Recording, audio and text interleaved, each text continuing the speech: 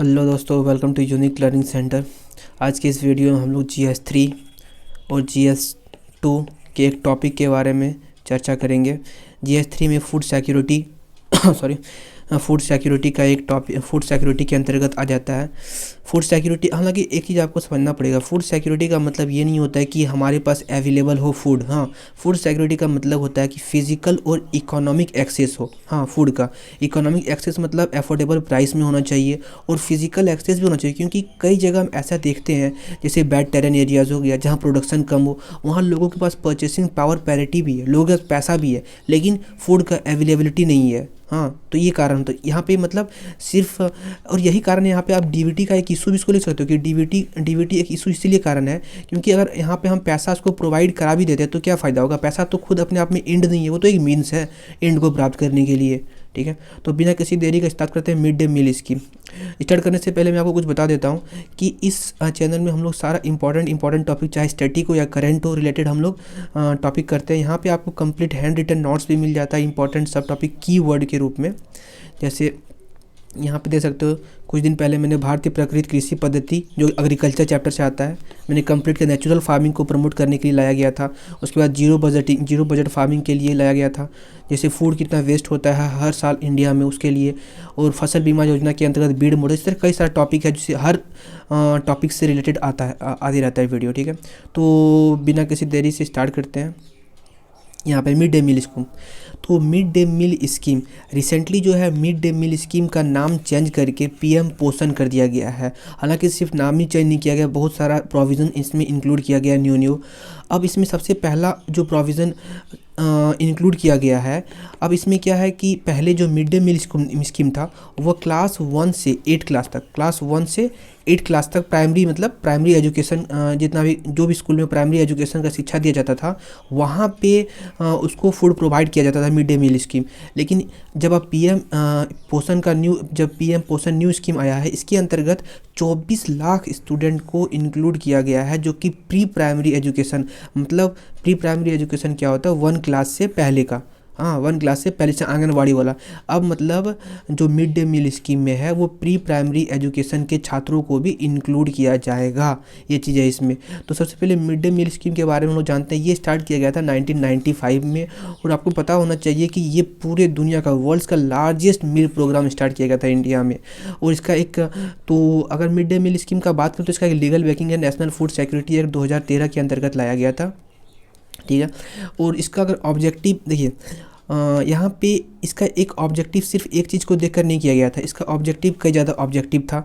सबसे पहला ऑब्जेक्टिव अगर इसमें देखा जाए तो सिर्फ फूड, एक तो है चलो हंगर और माल न्यूट्रिशन को दूर करने के लिए फूड प्रोवाइड किया जाता था, लेकिन इसके बावजूद भी इसका कई सारा ऑब्जेक्टिव, जैसे यूनिवर्सलाइजेशन ऑफ प्राइमरी एजुकेशन, लोगों को खाना मिलेगा। ऐसे तो पढ़ाई कई ऐसे गार्जियंस होते हैं जो खाना के लिए बच्चों को मतलब स्कूल भेजते हैं, तो प्राइमरी एजुकेशन यूनिवर्सलाइजेशन के लिए भेजा गया था, ताकि बच्चों का इनरोलमेंट ज़्यादा हो, भर्ती ज़्यादा हो, स्कूल में अटेंडेंस हो ज़्यादा, इस चीज़ को भी इंश्योर करने के लिए। इसके बाद अगर और ऑब्जेक्टिव का बात करें तो इसमें क्या है कि बहुत सा जो खाना बनाती है महिलाएं वहाँ पे, तो उनको भी एम्प्लॉयमेंट मिल जाता है। उसके बाद सबसे यहाँ पे एक इम्पॉर्टेंट लगता है कि वहाँ पे बच्चों के बीच सोशलाइजेशन होगा।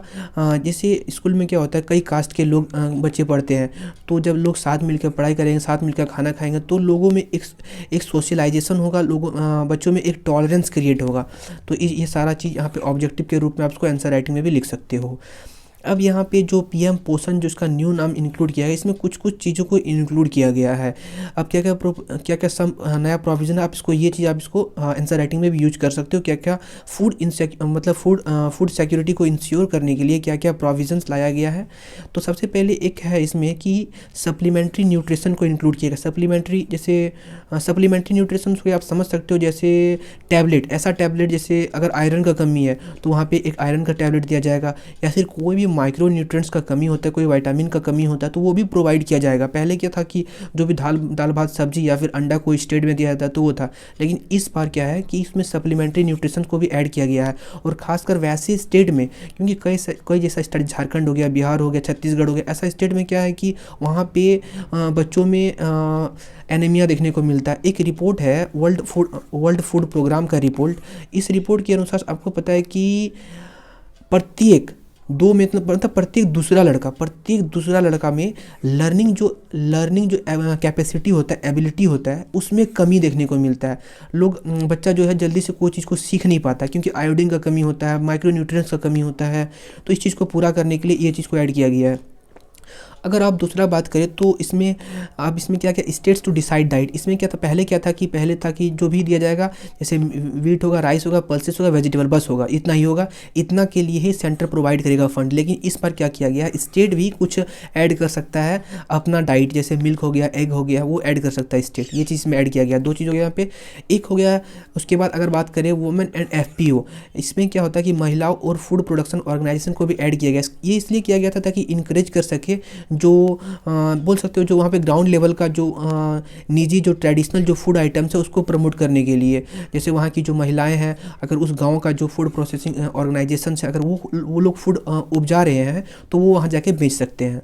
उसके बाद न्यूट्री गार्डन्स है, वही अपना जैसे न्यूट्री गार्डन्स हो गया, जैसे वहाँ पे बच्चों को ही बोल सकते हैं स्कूल्स में ऐसा गार्डन बनाया जाएगा या फिर उस गांव में ऐसा गार्डन बनाया जाएगा जो बच्चों को उसमें शामिल किया जाएगा, ताकि बच्चे भी सीख सकें इस चीज़ को। तो चलिए अब एक और चीज़ को किया, तिथि भोजन वैसे है कि गांव, अगर कोई स्कूल है वहाँ पे, तो उस गांव के अगल बगल या फिर उस गांव जो भी बच्चे पढ़ते हैं वो वहाँ पे कोई कम्युनिटी है, तो कम्युनिटी चाहे तो वहाँ पे जैसे कोई भी फेस्टिवल होता है तो फेस्टिवल में वहाँ आयोजन कर सकता है फूड के लिए, भोजन के लिए वहाँ खिला सकता है बच्चों को। ये भी इंक्लूड किया गया है। उसके बाद सोशल ऑडिट्स होगा। सोशल ऑडिट्स मतलब यहाँ पे देखिए, जो सोशल ऑडिट्स मतलब इसका कोई अथॉरिटी नहीं कि वहाँ पे आके वो इसका इंस्पेक्शन करेगा। इसका इंस्पेक्शन जो होगा, जैसे कॉलेज के स्टूडेंट हो गया या फिर टीचर्स हो गए, तो वो जाके वहाँ पे चेक करेगा कि सही सारा इम्प्लीमेंटेशन हो रहा है कि नहीं हो रहा है। क्योंकि सबसे देखो, इतना सारा पॉलिसीज़ है, इतना सारा स्कीम्स है, तो सारा का प्रोविजंस इतना सही है कि अगर सही से इम्प्लीमेंटेशन हो जाए तो 2030 तक जो हमारा जो टारगेट है सस्टेनेबल डेवलपमेंट गोल 2 का, वो पूरा होने में मतलब पूरा हो ही सकता है।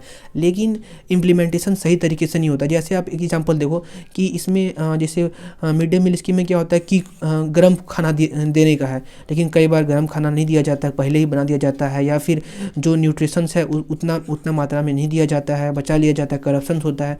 तो इसके लिए सोशल ऑडिट भी लाया गया था। तो इतना सारा ही अभी फ़िलहाल के लिए, इसको आप आंसर राइटिंग में भी यूज कर सकते हो। इस तरह का कई सारे टॉपिक में इसमें इंक्लूड करते रहता हूँ, टॉपिक वाइज, जो आप आंसर राइटिंग में यूज कर सकते हो। यहाँ पे सिर्फ आपको कीवर्ड्स मिलेगा। तो चलिए आप यहाँ पे चैनल को सब्सक्राइब कर सकते हो इस तरह का इंफॉर्मेटिव कंटेंट्स के लिए। चलिए, धन्यवाद।